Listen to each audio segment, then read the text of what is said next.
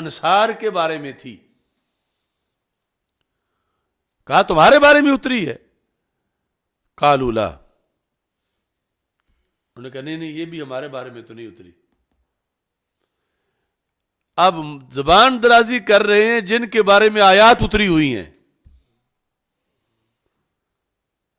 الذین اخرجوا من دیارہم واموالہم، ان اخرجوا میں تو ابو بکر صدیق پہلے نمبر پہ ہیں، عمر فاروق رضی اللہ تعالیٰ عنہ میں، عثمان غنی رضی اللہ تعالیٰ عنہ میں. اور قرآن کہتا اولئک ھم الصادقون، وہ صادقون ہیں. اور یہ ان کی عدالت کے خلاف بک بک کر رہے ہیں امام زین العابدین کے پاس. تو آپ نے فرمایا پھر اپنا فیصلہ سن لو، ان کا تو کچھ نہیں بگڑا جن کے بارے میں تم نے ایسے لفظ ہلکے شروع کیے میرے پاس. تم نے خود کہا نہ پہلی آیت تمہارے بارے میں ہے نہ دوسری آیت تمہارے بارے میں ہے.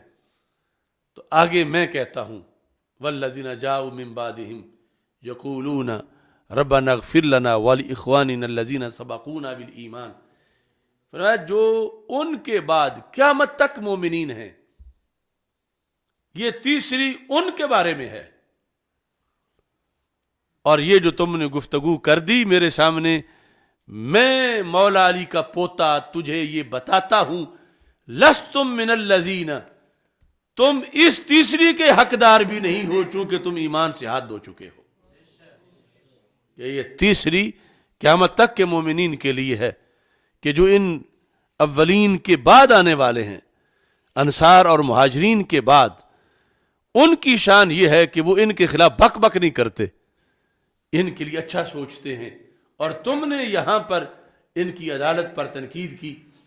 تو اس واسطے میرا فتویٰ یہ ہے ان کا تو کچھ نہیں بگڑا، لیکن تمہارا یہ بگڑا ہے کہ تم ایمان والے نہیں ہو، ایمان سے خارج ہو، کہ تم نے ان لوگوں پر تنقید کی جن کی تعریف ایمان ہے، جن کے لیے دعائیں مانگنا ایمان ہے قرآن کی آیت میں، اور تم خود اپنے رویے سے بتا رہے ہو کہ تم ان میں نہیں ہو. جو ان کے حامی ہوں، جو ان کے تعریف کریں، تم ان میں نہیں ہو. اور جو ان کی تعریف کرے گا ایمان کی لسٹ میں قیامت تک وہی آئے گا. تو آپ نے فرمایا کہ اخرجوا انی فعل اللہ بکم. اب آگے کوئی لفظ نہ بولو، یہاں سے دفع ہو جاؤ. فعل اللہ بکم، رب تمہاری چمڑی اتارے گا قیامت کے دن، اللہ تمہیں جہنم میں گرائے گا. یہ ہوتے ہیں اوریجنل پیر، یعنی حضرت سیدنا زین العابدین رضی اللہ تعالی عنہ. آپ نے یہ نہیں کہ جو بھی آئے اور بیٹھ کے پھر ویسے ہی چلا جائے. تو آپ نے ان کو یہ سمجھایا کہ توبہ کر کے واپس آؤ گے تو پھر، ورنہ نکل جاؤ میرے دربار سے، اور پھر اس حالت میں مرو گے تو پھر تمہارا یہ حشر ہوگا کہ تم جہنم میں جاؤ گے. تو اس طرح عدالت صحابہ رضی اللہ تعالی عنہم نہایت ہی حساس موضوع ہے، اور اس کا ابلاغ بڑا ضروری ہے. یعنی کتنے لوگ وہ محض رتب و یابس تاریخ کے قصے کہانیوں میں لوگوں نے ان کو الجھایا ہوا ہے. تو آیات قرآن کے مقابلے میں تاریخ کی کیا حیثیت ہے؟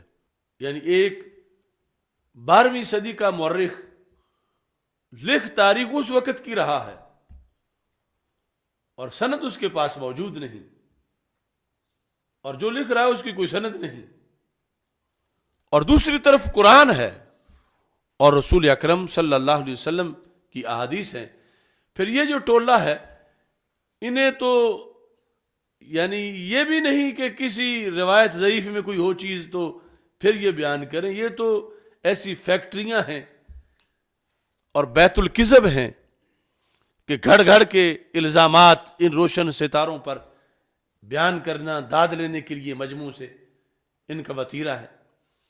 اس وجہ سے یعنی حرام ہے ان کی باتیں سننا، ان کے جلسوں میں جانا، کہ یہ ایسے ایمان تباہ کرتے ہیں. اتنا لکڑیوں کو، خشک لکڑیوں کو آگ نہیں اس قدر جلاتی جس قدر ان کی تقریریں ایمان کو جلا دیتی ہیں، یا ان کی صحبت، ان کے پاس جانا. اور ہمارا کچھ طبقہ ہے ہی ایسا کہ انہوں نے تقریر کرنی ہوتی ہے، ان کی چبلیں سن کر پھر وہ بھی مارنا شروع کر دیتے ہیں. اور اس میں بالواسطہ بلا واسطہ آج نہیں تو کل، کل نہیں تو پرسوں جس نے وہ زہر کھایا ہو وہ بالآخر اگلنا شروع کر دیتا ہے. تو پہلے ہی چاہیے کہ اپنی نسلوں کو ایسے لوگوں سے محفوظ رکھیں. اور یہ جو عقیدہ صحیح اہل سنت اس کی چھتری کے نیچے رہیں. یہ سارا یعنی وبال آتا ہے وہ اس وجہ سے کہ جب اپنا گھر آباد نہیں کرتے اور غیروں کی جگہوں پہ جا کر بیٹھتے ہیں. تو جس کا گھر نہ ہو، جو خانہ بدوش ہو، وہ تو چلو خانہ بدوشی میں زندگی گزارے، اور جس کا پیور گھر مدینہ منورہ سے آ رہا ہے، جس کو رسول اکرم صلی اللہ علیہ وسلم نے فرمایا کہ انتما سیدہ شباب اہل الجنہ وقرۃ عین اہل السنہ، کہ امام حسن حسین رضی اللہ تعالیٰ عنہما کے سرکار نے فرمایا کہ تم دونوں جنتی جوانوں کے سردار ہو اور تم دونوں سنیوں